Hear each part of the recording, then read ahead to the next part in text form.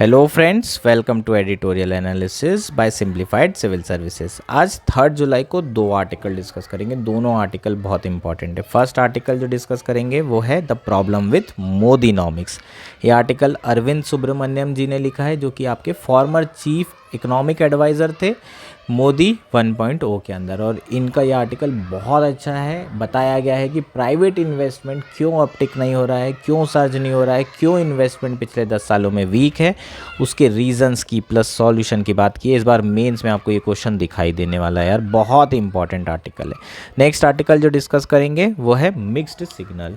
Recently 8 core industry का data आया हुआ है, उसको पढ़ेंगे। प्री एस्पेक्ट कवर करेंगे, 8 कोर इंडस्ट्री कौन सी है, किसका कितना वेटेज है। आईआईपी के बारे में बात करेंगे, इंडस्ट्रियल प्रोडक्शन इंडेक्स के बारे में भी चर्चा करेंगे। लगातार प्री में क्वेश्चन आए इसके, तो ये कंसेप्ट समझेंगे और जो डेटा बेस्ड आर्टिकल है उसे समझेंगे, वो मेंस में काम आएगा। अगर आपको हमारा एनालिसिस पसंद आ रहा है तो प्लीज़ लाइक करिए, कमेंट करिए, शेयर करिए एंड सब्सक्राइब करिए। अगर आप चाहें तो ये पीडीएफ भी डाउनलोड कर सकते हैं। इसके लिए आपको हमारा टेलीग्राम चैनल ज्वाइन करना पड़ेगा, जिसकी लिंक नीचे दी होगी, या फिर आप सिंप्लीफाइड सिविल सर्विस सर्च कर लीजिए और डायरेक्टली भी ज्वाइन कर सकते हैं। आइए शुरू करते हैं हमारा एनालिसिस।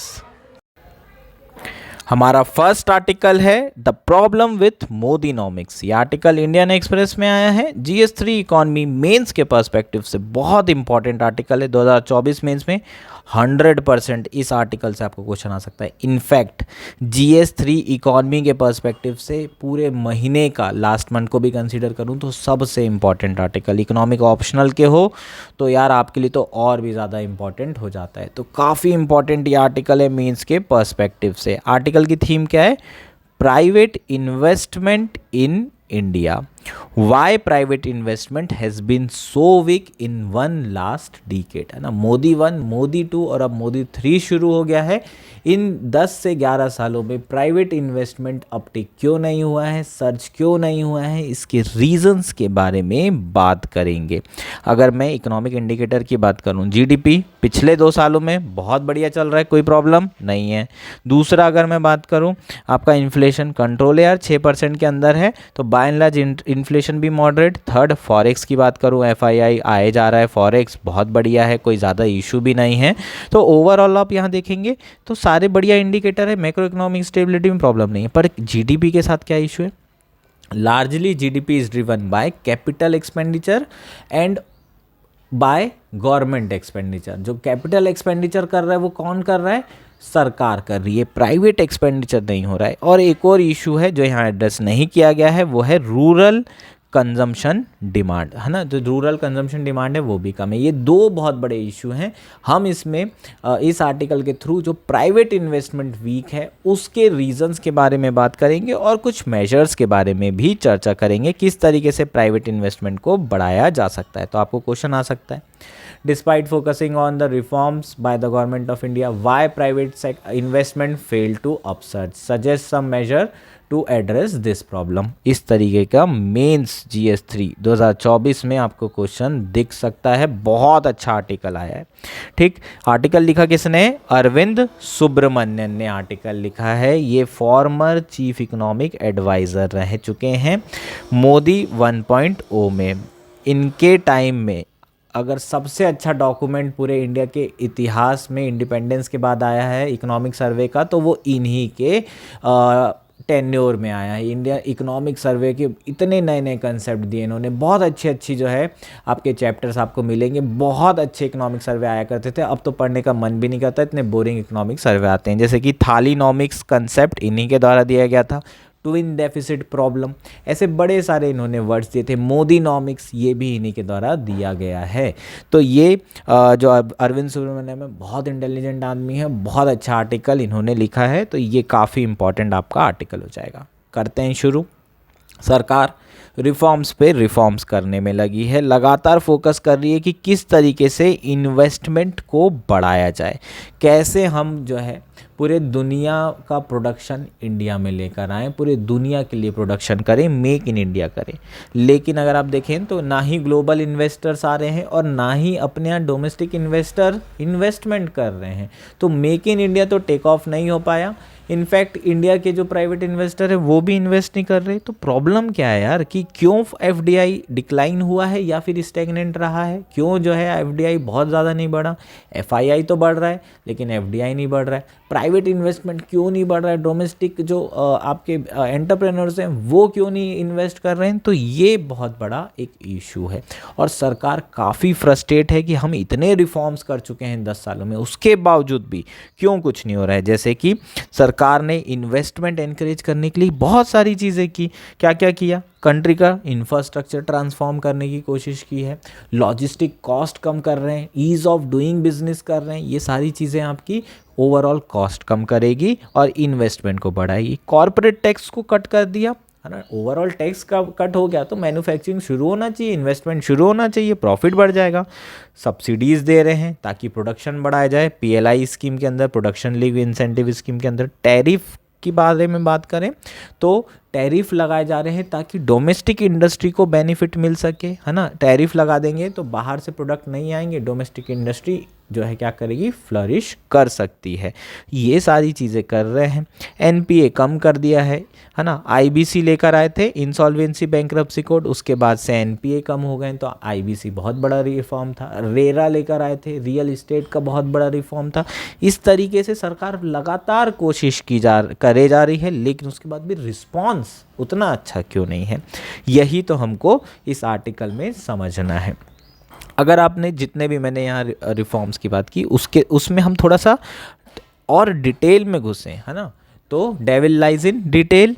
और अगर डिटेल में घुसे तो ये सारे रिफॉर्म्स किस लिए हैं, जो कॉस्ट है उसको कम करने के लिए, जैसे कि आपकी कैपिटल कॉस्ट है उसको कम करने के लिए, और जो इन्वेस्टमेंट में रिटर्न हो रहा है उसको इंक्रीज़ करने के लिए, जैसे कि आपके आफ्टर टैक्स प्रॉफिट बढ़ जाए, आपका जो है ओवरऑल कॉस्ट कम लगे। ये सारी चीज़ें जो है एड्रेस करने के लिए सरकार ने ये रिफॉर्म्स किए हैं। लेकिन जहाँ पर सरकार मिस की है वो है रिस्क फैक्टर में। ठीक है, जब भी हम इन्वेस्टमेंट करते हैं तो दो चीज़ों का ध्यान रखता है कोई भी मैन्युफैक्चर। पहला क्या कि रेट ऑफ रिटर्न क्या आएगा, 100 रुपये लगा रहे हैं तो वापसी कितना मिलेगा, और दूसरा रिस्क फैक्टर। ये रेट ऑफ रिटर्न पे सरकार ने बहुत ज़्यादा जोर दिए लेकिन रिस्क फैक्टर पर इतना फोकस नहीं किया गया है। एश्योरेंस कहीं ना कहीं नहीं है प्राइवेट सेक्टर के पास। रेट ऑफ रिटर्न कैसे निकाल सकते हैं, इंटरेस्ट रेट क्या है, इंटरेस्ट रेट कम कर दोगे रेट ऑफ रिटर्न बढ़ जाएगा, वायबिलिटी बढ़ जाएगी। कैपिटल कॉस्ट देखें तो वो कम हो जाएगी, टैक्स इंसेंटिव दे दो तो भी जो है रेट ऑफ रिटर्न बढ़ जाएगा। ये सरकार बहुत बढ़िया कर रही है, कोई प्रॉब्लम नहीं। पर प्रॉब्लम क्या होती है, इन्वेस्टमेंट करने के लिए आपको रिस्क एस्टिमेट करना पड़ता है। रिस्क कैसी यार, रिस्क ऐसी कि मान लो मैंने लगाया और उसकी इतनी डिमांड ही नहीं बढ़ी। ये मान लो मैंने लगाया, है ना, जो प्रोडक्ट जो फैक्ट्री लगा रहा हूँ उसकी डिमांड फ्यूचर में सोचा कि बढ़ेगी लेकिन नहीं बढ़ी, या फिर टेक्नोलॉजी चेंज हो गई। जैसे कि मैं सोच रहा हूँ कि मैं ईवी स्टेशन डाल देता हूँ एक, है ना, ईवी स्टेशन, चार्जिंग स्टेशन डाल दिया, और 6 साल 8 साल के बाद में सडनली ऐसी टेक्नोलॉजी आ गई कि अब सब घर पे ही अपना क्या कर सकते हैं, चार्ज कर सकते हैं। तो ईवी स्टेशन का जो भी इन्वेस्टमेंट मैं करूँगा अभी 3-4 साल लगेंगे और वो इररेलेवेंट हो जाएगा। तो ये रिस्क आपको लेकर चलनी पड़ती है। अगर ऐसा हुआ, टेक्नोलॉजी चेंज हुई तो मेरा पूरा इन्वेस्टमेंट डूब जाएगा, मेरा पूरा पैसा बर्बाद हो जाएगा। जो अभी प्रोजेक्ट वायबल लग रहा है, जो अभी रेट ऑफ रिटर्न जिसमें ज़्यादा दिख रहा है, उसमें रिस्क भी बहुत ज़्यादा है, टेक्नोलॉजिकल ऐसी कई रिस्क होती है। तो ये रिस्क एड्रेस नहीं किया है सरकार ने। मार्जिनल एक्सपेक्टेशन ऑफ कैपिटल के बारे में हम बात कर सकते हैं। जब भी हम रिस्क की बात करते हैं तो मार्जिनल एक्सपेक्टेशन ऑफ कैपिटल, ये कीन्स ने टर्म दिया था। ठीक है, उसमें हमको कैपिटल इन्वेस्टमेंट करने में कितना एक्सपेक्टेड लग रहा है कि प्रॉफिट हो सकता है। कैपिटल प्रॉफिटेबिलिटी होता है ये, है ना, प्रॉपर पूरा नहीं लिखा है। कैपिटल प्रॉफिटेबिलिटी, कैपिटल का इन्वेस्ट करने से कितना एक्सपेक्टेशन प्रॉफिटेबिलिटी हो सकती है। ये सारे फैक्टर्स आपके क्या होते हैं, इन्वॉल्व होते हैं जब आप एक इन्वेस्टमेंट कर रहे होते हो। अब सरकार के द्वारा ये जो इन्वेस्टमेंट है है ना, उस पर रेट ऑफ रिटर्न बढ़ाने पर तो फोकस किया है, लेकिन रिस्क को कम करने पे फोकस नहीं किया है। और ये रिस्क कम नहीं की गई है, इसलिए प्राइवेट इन्वेस्टर्स क्या नहीं कर पा रहे हैं, इन्वेस्टमेंट नहीं कर पा रहे हैं। अब क्या रीज़न है कि ये रिस्क जो है फैक्टर कम नहीं है, इनफैक्ट बड़ा है, और वो भी सरकार की पॉलिसीज़ के द्वारा। तो यहाँ 3 रीजंस दिए हुए हैं। पहला है flip flop policy of government, lack of stable environment. सरकार की जो पॉलिसी ना बड़ी फ्लिप फ्लॉप है, कभी कभी इंसेंटिव दे देंगे, कभी हटा लेंगे। तो इस तरीके की फ्लिप फ्लॉप पॉलिसी के कारण जो है, एक लैक ऑफ स्टेबल एनवायरनमेंट के कारण क्या होता है, जो रिस्क होती है वो बहुत हाई होती है। अभी इसके एग्जाम्पल भी देखेंगे। दूसरा है कोर्स्ड और force action by state, example tax terrorism, कभी भी टैक्स लगा दिया, कभी भी टैक्स इम्पोज कर दिया। अभी तो आपका रेट ऑफ रिटर्न हाई दिख रहा है, थोड़े समय बाद हो सकता है कि सरकार 20% 30% टैक्स लगा ले और सडनली आपका जो प्रॉफिट हो रहा था वो लॉस में चला जाए और आपको ओवरऑल कॉस्ट बहुत ज़्यादा लगने लगे, आपको जितना इन्वेस्ट किया सारा का सारा डूब जाए। थर्ड है सप्लाई चेन रिस्क। ये तीनों फैक्टर के बारे में बात करेंगे, डिटेल में इसे एड्रेस करेंगे। अच्छा, एक और चीज़ आपको बताना ज़रूरी है, रिस्क को हम कैसे कम कर सकते हैं। रिस्क को हम कर सकते हैं 2 चीज़ों से, रिवर्सिबिलिटी और स्केलेबिलिटी, है ना। रिवर्सिबिलिटी कहाँ होता है, एफआईआई में। यहाँ पर एफआईआई में क्या है, हम लोग तुरंत इन्वेस्ट करेंगे, तुरंत बेच देंगे, इससे रिस्क कम हो जाएगी। थोड़ा सा भी प्रॉफिट हुआ, थोड़ा सा भी नुकसान हुआ, बेच देते हैं। इसलिए एफआईआई में लगातार पैसा बढ़ रहा है, क्योंकि यहाँ रिस्क कंटेन हो रही है रिवर्सिंग तरीके से। लेकिन एफडीआई में नहीं बढ़ रहा है, क्योंकि एक बार आपने इन्वेस्ट कर दिया, रिवर्स नहीं कर सकते। फिर एक बार आपने, है ना, ग्रीन फील्ड कंस्ट्रक्शन में पैसा लगा दिया एफडीआई में, फिर वापस नहीं आ सकते सडनली। आपको लॉस भी होगा तो भी आप उसको सस्टेन करोगे काफ़ी समय तक के, कि चल जा भाई चल जा। तो ये एक रिवर्सिबिलिटी जहाँ है वहाँ से रिस्क कंटेन हो जाती है। स्केबिलिटी है, स्केलेबिलिटी, वहाँ पर भी जो है रिस्क कंटेन हो सकती है। जैसे कि मैं आईटी सेक्टर की बात करूँ, आईटी सेक्टर में क्या है, 3-4 लोग हैं, 2 कंप्यूटर ले लिए, सॉफ्टवेयर वाली चीज़ें हैं, अपना ट्राई किए, चला तो ठीक, नहीं चला तो हटाओ। अगर चल गया तो आपका क्या होगा, इन्वेस्टमेंट बढ़ेगा, धीरे धीरे स्केलेबिलिटी इंक्रीज करेंगे, है ना, धीरे धीरे स्केल बढ़ाएंगे। शुरू में बहुत छोटे स्तर पर किया था, बाद में बड़े स्तर पर इसे बढ़ाया जा सकता है, जैसे इन्फोसिस आईटी इंडस्ट्री। इसलिए यहाँ पर आप देखेंगे आईटी में इन्वेस्टमेंट प्रॉपर है, क्योंकि स्केलेबिलिटी के थ्रू हम रिस्क रिड्यूस कर लेते हैं। चला तो ठीक, नहीं तो बीच में ही बंद। मैन्युफैक्चरिंग के साथ यार प्रॉब्लम होती है। क्यों? क्योंकि आपको अपफ्रंट इन्वेस्टमेंट करना पड़ता है, इन्वेस्टमेंट कॉस्ट बहुत हाई है, यहाँ रिस्क आपको बहुत ज़्यादा होती है और रिवर्स करना पॉसिबल नहीं है। और स्केलेबिलिटी इनिशियली ही होना चाहिए। अगर आपने एक साथ बहुत बड़े लेवल पे प्रोडक्शन नहीं किया तो आपकी कॉस्ट इतनी ज़्यादा आएगी कि आपका कॉम्पिटिटर आपको कभी बढ़ने ही नहीं देगा। तो इन्वेस्टमेंट इन मैन्युफैक्चर अब टिक नहीं हो पा रहा है। सरकार लगातार कोशिश कर रही है लेकिन नहीं हो पा रहा है, और उसके 3 फैक्टर्स मैंने आपको ऑलरेडी बता दिए हैं। पहला जो फैक्टर है वो है flip flop policy of government. क्या करती है सरकार, बोलती कि भाई ऐसा करो, तुम मेक इन इंडिया करो। सरकार ने 2014 में बोला सारे लोग आओ ग्लोबल इन्वेस्टर्स और क्या करो, मेक इन इंडिया करो। अब सरकार क्या कर रही है, आत्मनिर्भर भारत बनो। नाउ हम यहाँ चेंज क्या देख रहे हैं, मेक इन इंडिया में सारे इन्वेस्टर को इंडिया बुलाओ, उनको टैक्स इंसेंटिव दो, उनके लिए लैंड सस्ती कर दो, ये सारी चीज़ें पॉलिसी मेक इन इंडिया में डाल दी। अब क्या किया 5 साल बाद, बोले नहीं नहीं हमको नहीं चाहिए, अब हमारी जो डोमेस्टिक इंडस्ट्री है उसी को हम बढ़ाएंगे। इनके लिए बाहर से आने वाली जो प्रोडक्ट है उन पर टैरिफ लगाना चालू कर दिया, प्रोटेक्शनिज्म बढ़ा दिया। Infant industry argument, domestic industry को सपोर्ट करने के लिए प्रोटेक्शनिज्म बढ़ाने लगे और ये पॉलिसी चलने लगी। अब एक समय में 5 साल पहले क्या था कि बाहर से सारे इन्वेस्टर आएँ और इन्वेस्ट करें, और 5 साल के बाद ये हो गया कि अब डोमेस्टिक प्राइवेट इन्वेस्टर हैं वो इन्वेस्ट करें। ऐसी फ्लिप फ्लॉप पॉलिसी एक अनस्टेबल एनवायरनमेंट को जन्म देती है और ऐसे में रिस्क बहुत हाई हो जाता है। तो जो बाहर से आके इन्वेस्ट कर रहे हैं, लेट से उनको प्रॉफिट में आने में 10 साल लग सकता है विदाउट टैक्स इंसेंटिव्स, है ना, क्योंकि मैन्युफैक्चरिंग कंपनी में काफ़ी टाइम लगता है एक आपको क्रिटिकल मैक्सिमम प्रोडक्शन में पहुंचने में। जब तक आप वहाँ नहीं पहुँचते तब तक कि आपका प्रॉफिट अच्छा नहीं होता है, और टैक्स इंसेंटिव के बिना आप जो है 10 साल तक सर्वाइव नहीं कर सकते। तो मान लीजिए 5 साल बाद सरकार ने टैक्स इंसेंटिव ले ली, तो ऐसे में तो गड़बड़ हो जाएगी। तो इस तरीके के जो फ्लिप फ्लॉप एनवायरनमेंट है, इससे रिस्क बढ़ जाती है और सरकार की ऐसी कई नीतियाँ रही हैं जिससे ये रिस्क बहुत ज़्यादा बड़ी है। तो कई बार जैसे पॉलिटिक्स होती है वो इकॉनमी को खतरा कर देती है ना। कई बार ऐसे आरोप लगाए कि आप सर्टेन इन्वेस्टर्स को या फिर सर्टेन मैन्युफैक्चर को ज़्यादा टैक्स इंसेंटिव दे रहे हैं, जैसे एप्पल को ज़्यादा दे रहे थे, है ना, जो एलॉन मस्क हैं उनको ज़्यादा दे रहे थे। इस तरीके से अगर चीज़ें होती है, किसी को ज़्यादा फेवर किया जाता है, किसी को नहीं कम किया जाता है, तो सरकार पे एलिगेशन लगते हैं और सरकार को रिवर्स करना पड़ता है। तो पॉलिटिक्स कई बार हावी हो जाती है और इसलिए फ्लिप फ्लॉप डिसीजन होते हैं। तो ये एक बहुत बड़ा फैक्टर है रिस्क इंक्रीज होने का, और इसलिए प्राइवेट सेक्टर इन्वेस्ट नहीं करता। दूसरा क्या है? दूसरा हमने बात किए थे कि जो सेकंड जहाँ से रिस्क इंक्रीज होती है वो है डायरेक्ट और कोर्सिव स्टेट एक्शन से, such as aggressive tax collection. ठीक, सरकार क्या कर रही है? ईडी से रेड लगवा रही है, एक्सटॉर्शन डिपार्टमेंट बन चुका है। मान लो मैन्युफैक्चरिंग कंपनी खोली, कुछ थोड़ा बहुत रूल्स रेगुलेशन तो पूरे नहीं होते, ईडी ने रेड मार दी, कुछ गड़बड़ की रेड मार दी, तो ये भी आपको साथ में लेके चलना पड़ेगा कि 200 करोड़ तो आपको सरकार के लिए इलेक्ट्रल बॉन्ड लेने पड़ेंगे, है ना। 5 साल पहले की बात कर रहा हूँ, 2 साल पहले की, जब इलेक्ट्रल बॉन्ड अनकॉन्स्टिट्यूशनल घोषित नहीं हुए थे। तो ये भी एक रिस्क बढ़ा रहा है कि कभी भी सरकार टैक्स ले सकती है। दूसरा, टैक्स टेररिज्म वाला इशू अलग है। टैक्स टेररिज्म इशू क्या है कि रेट्रोस्पेक्टिवली टैक्स लगा देते हैं। वोडाफोन और केन इंडिया वेदांता वाला केस, है ना, इसमें इन लोगों ने क्या किए थे?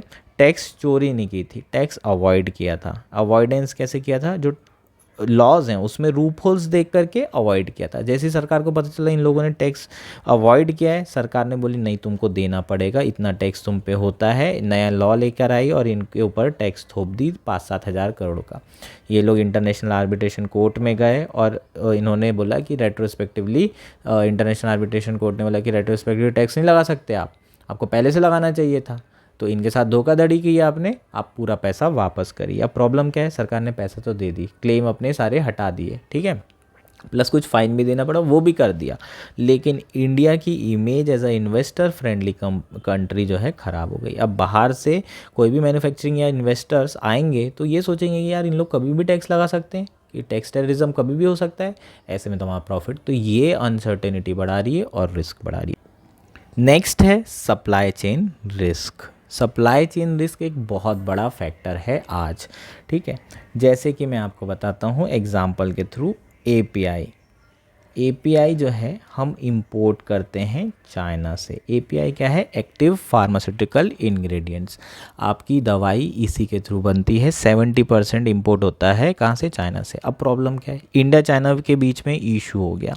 द मोमेंट ये इशू हुआ तो फिर इंपोर्ट होना बंद हो जाएगा। कल को किसी तरह की लिमिटेड भी वॉर होती है तो बहुत ज़्यादा नुकसान किसको होगा? मैन्युफैक्चरिंग सेक्टर जो कि फार्मास्यूटिकल में है। सरकार क्या करेगी? इनको बैन कर देगी या फिर इसमें टैरिफ लगा देगी। तो ओवरऑल बहुत सारे ऐसे सप्लाई चेन रिस्क होती हैं जो कि सरकार कंटेन करने में सफल नहीं हुई है। जैसे कि मेक इन इंडिया में आपने लोगों को बुलाया तो आपको मैन्युफैक्चरिंग कंपनी को एश्योर करना होगा कि जितने भी इनपुट्स हैं वो चाहें तो बुला सकते हैं किसी भी कंट्री से और सस्ते में बुला सकते हैं, आपको कस्टम ड्यूटी भी ज़्यादा नहीं दी जाएगी। अगर ये एश्योरेंस होता तो शायद जो इन्वेस्टर होते वो मेक इन इंडिया में इन्वेस्ट करते और इंडिया को एज अ ग्लोबल हब बनाया जा सकता, पर ये सारी चीज़ें नहीं हो पाई। ये 3 रिस्क के कारण ही बेसिकली आपका जो प्राइवेट सेक्टर है उसका इन्वेस्टमेंट अपटिक नहीं हो रहा है, इंक्रीज़ नहीं हो रहा है। एक और मेरे हिसाब से होना चाहिए, वो है सोशल कैपिटल। सोशल कैपिटल क्या होता है?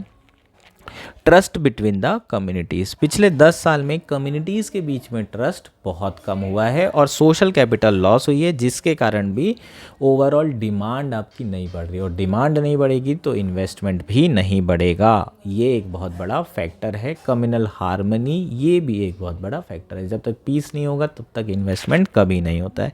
इसके अलावा इसका सॉल्यूशन क्या हो सकता है? बेस्ट सॉल्यूशन हो सकता है एफटीए साइन करना, फ्री ट्रेड एग्रीमेंट कंट्री के साथ।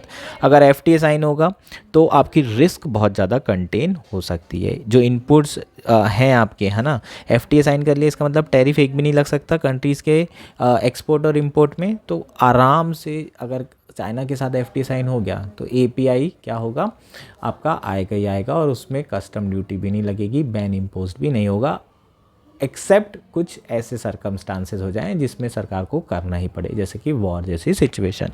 ठीक, तो एफटीए एक बहुत बढ़िया सॉल्यूशन हो सकता है रिस्क कम करने के लिए। हालांकि सरकार एफटीए पे फोकस ज़रूर कर रही है, लेकिन अभी बहुत सारी कंट्री से हमारा एफटीए साइन नहीं हुआ है। दूसरा आपका सॉल्यूशन हो सकता है बीआईटी, बायलैटरल इन्वेस्टमेंट ट्रीटी। इसमें हम इन्वेस्टर को प्रोटेक्शन प्रोवाइड कर सकते हैं। मॉडल बीआईटी 2016 में आया था, ये भी अभी तक बहुत सारी कंट्री के साथ साइन नहीं हुआ है।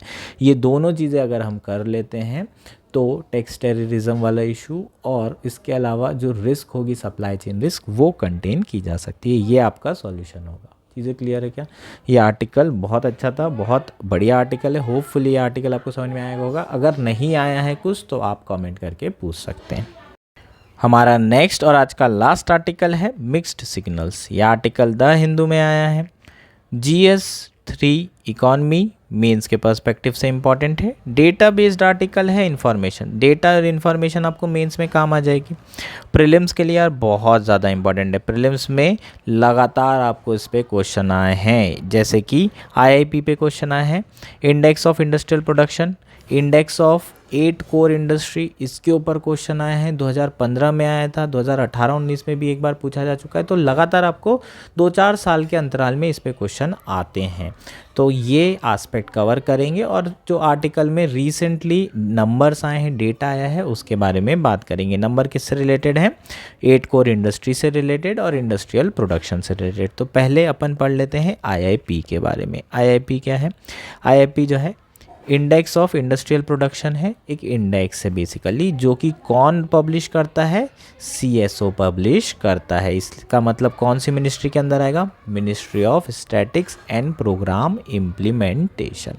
ठीक है, CSO तो जानते ही हो क्या होता है, CSO तो नहीं बताना पड़ेगा। सेंट्रल स्टैटिस्टिकल ऑर्गेनाइजेशन है ना, ये तो हम जानते ही हैं। ठीक, ये जो इंडेक्स ऑफ इंडस्ट्रियल प्रोडक्शन है, ये काम क्या करता है? It measure growth rate in different industry group in a fix period. ठीक, तो इसका भी एक बास्केट है जिसमें अलग अलग इंडस्ट्रीज़ हैं और उसमें कितनी ग्रोथ हो रही है वो हम मेजर करते हैं IIP के थ्रू। चीज़ें क्लियर है क्या? ये जो है शॉर्ट टर्म चेंजेस क्या करता है? मेजर करता है इन इंडस्ट्री के प्रोडक्शन में, कितना प्रोडक्शन वॉल्यूम चेंज हो रहा है जो पर्टिकुलर बास्केट में इंडस्ट्री है। अब IIP के अंदर 8 कोर इंडस्ट्री भी है और इसका कितना वेटेज है? 40% वेटेज है IIP के अंदर, जो 8 कोर इंडस्ट्री है, जिसके बारे में हम अलग से बात करेंगे। और वो 8 कोर इंडस्ट्री के बारे में डेटा अलग से आता है, जो कौन करता है? आपका publish ministry of commerce and industry. तो यहाँ आपको कंफ्यूज नहीं होना है। एक ministry of statics and programme implementation CSO करता है पब्लिश IIP का डेटा। कोर इंडस्ट्री से रिलेटेड जो इंडेक्स है उसका data ministry of commerce and industry करती है। ये डिफरेंस याद रखेंगे, यहाँ से अभी क्वेश्चन नहीं आया है प्री में, कभी भी पूछा जा सकता है। So index of 8 core industry is prepared by office of economic adviser, department of promotion of industry and internal department which comes under the ministry of commerce and industry. अब 8 कोर इंडस्ट्री के बारे में बात करते हैं। पहली है refinery, दूसरी electricity, refinery product, electricity, steel, coal, crude, natural gas, cement, fertiliser. ये 8 कोर इंडस्ट्री है जिसका वेटेज 40% है IIP में। अगर ये ग्रो करेगी तो IIP ग्रो करेगा। चीज़ें क्लियर है क्या? आपको UPSC में क्या आया था? इनके वेटेज के ऊपर क्वेश्चन आया था। आपको क्रोनोलॉजिकल ऑर्डर भी पूछा जा सकता है, जैसे कि रिफाइनरी का वेटेज कितना है? 28%, इलेक्ट्रिसिटी का वेटेज कितना है? 19%, और आपका स्टील का कितना है? 17%, कोल का है 10%, क्रूड का है 8%, नेचुरल गैस 6.5% और 5.5 के अराउंड सीमेंट। फर्टिलाइज़र मिनिमम, तो आपको मिनिमम पूछ सकता है, फर्टिलाइज़र मैक्सिमम पूछा जा चुका है। इलेक्ट्रिसिटी था उस समय आंसर, क्योंकि इस समय इलेक्ट्रिसिटी का वेटेज ज़्यादा था, रिफाइनरी प्रोडक्ट ऑप्शन में नहीं था। तो आपको ऐसे भी क्वेश्चन आ सकता है, क्रोनोलॉजिकल ऑर्डर भी आ सकता है। ये वेटेज के ऊपर आपको क्वेश्चन आया है, प्लीज़ इसको ध्यान से करेंगे। और जो बेस ईयर है इस इंडेक्स को निकालने का, वो क्या है? 2011 और 12। रिसेंटली ही ये बेस ईयर को चेंज किया गया है। पहले 5-6 था, अब इसे 11-12 कर दिया गया है। तो ये बेस ईयर भी आपको याद रखना पड़ेगा। ये आपका मेन कॉन्सेप्ट है जो आपको प्रीलिम्स में पूछा जाएगा। अब डेटाबेस चीज़ों के बारे में बात कर लेते हैं, जो कि आर्टिकल में दी हुई है। मई का डेटा आया है मई आपका मंथ का, 8 कोर इंडस्ट्री ने कितना प्रोडक्शन हुआ है, कितना ग्रोथ हुई है, इसके बारे में बात करेंगे। ठीक है, ये हमारा आर्टिकल से रिलेटेड चीज़ हो जाएगी। तो मई का जो महीना है वो हीट वेव वाला महीना था। केवल 2 ऐसी इंडस्ट्री है जहाँ पर डबल डिजिट आउटपुट या ग्रोथ देखने को मिली है। एक है कोल, जो कि आपका पावर प्लांट फ्यूल कर रहा है, जो कि इलेक्ट्रिसिटी क्या कर रहा है, जनरेट कर रहा है। और दूसरा इलेक्ट्रिसिटी जनरेशन, इसने जो है डबल डिजिट आउटपुट ग्रोथ क्या की है, पोस्ट की है, अचीव की है। बाकी सारी इंडस्ट्री ने ऐसा कुछ अचीव नहीं किया है। और इसका रीज़न क्या है, हीट वेव ज़्यादा है, इलेक्ट्रिसिटी बहुत ज़्यादा लग रही थी, डिमांड ज़्यादा थी, और इलेक्ट्रिसिटी प्रोड्यूस करने के लिए कोल लगेगा। तो ये दोनों सेक्टर बढ़िया ग्रो किए 10% और 12% से। बाकी अगर हम सेक्टर की बात करें तो क्रूड ऑयल, फर्टिलाइज़र और सीमेंट इतने ज़्यादा ग्रो नहीं किए। सीमेंट की अगर बात कर लो, फर्टिलाइज़र की बात कर लो, खेती भी अच्छे से नहीं होती है इतनी गर्मी में, पहली चीज़। दूसरी चीज़ आपका जो है कंस्ट्रक्शन प्रॉपर नहीं हो पाते, प्रोडक्टिविटी लेबर्स की कम हो जाती थी, धूप में काम करना पॉसिबल नहीं। तो कंस्ट्रक्शन में भी आपको क्या देखने को मिला है कि ओवरऑल जो ग्रोथ है वो कम हुई है। इसके अलावा जो आपके कुछ इंपॉर्टेंट सेक्टर हैं जैसे कि नेचुरल गैस, रिफाइनरी प्रोडक्ट और स्टील, इसमें ग्रोथ हुई है, आउटपुट है, लेकिन पिछले महीने से ग्रोथ रिलेटिवली कम हुई है। तो ये बेसिकली अगर इसके रीज़न की हम बात करें तो बाय एंड लार्ज इसका रीज़न क्या है, हीट वेव बहुत बड़ा रीज़न है जिसके कारण ये इश्यूज़ हमें देखने के लिए मिल रहे हैं। नेक्स्ट मंथ में जो प्राइवेट इंडिकेटर्स बनाने वाले लोग हैं जैसे कि PMI इंडेक्स है, इंडिया का मैन्युफैक्चरिंग परचेसिंग मैनेजर इंडेक्स, ठीक, ये इसने बताया कि नेक्स्ट मंथ जून में वापस जो है कंस्ट्रक्शन एक्टिविटी और आपके एग्रीकल्चर एक्टिविटी ये सारी चीज़ें दोबारा से शुरू हो गई। तो फर्टिलाइज़र में भी ग्रोथ देखने के लिए मिली है। तो मेन अगर हम देखें तो जो मई महीने में